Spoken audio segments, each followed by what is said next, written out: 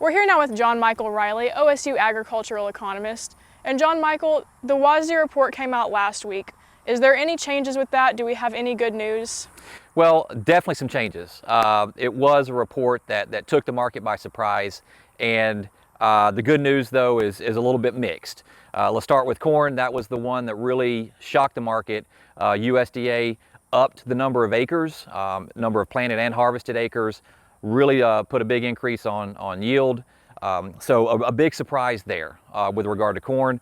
The acres that corn gained, most of that was taken away from soybeans. So a positive note to soybeans on the day.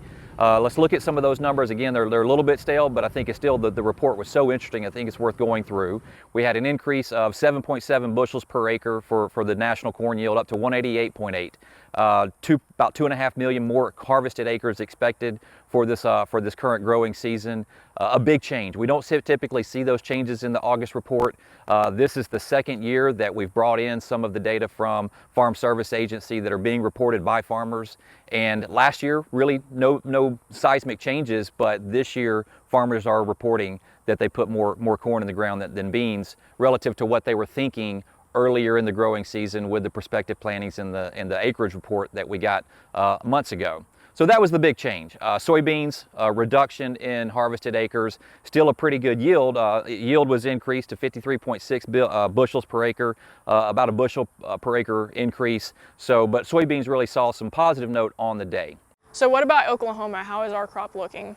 Oklahoma, we had all those rains early in the growing season. Good to excellent ratings throughout the summer have been strong.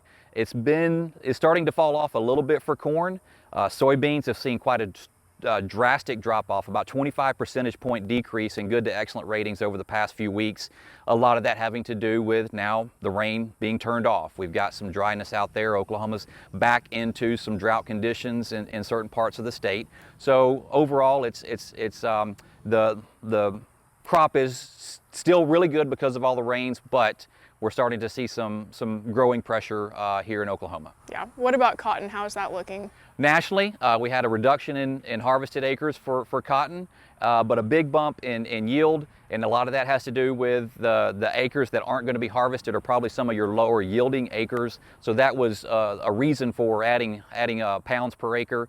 But overall, the report was positive for cotton. It did see a bump on the day, and it's stayed fairly high at that bump since the days following the report. Yeah, well, glad to hear some good news, John Michael. Thanks for catching up with us.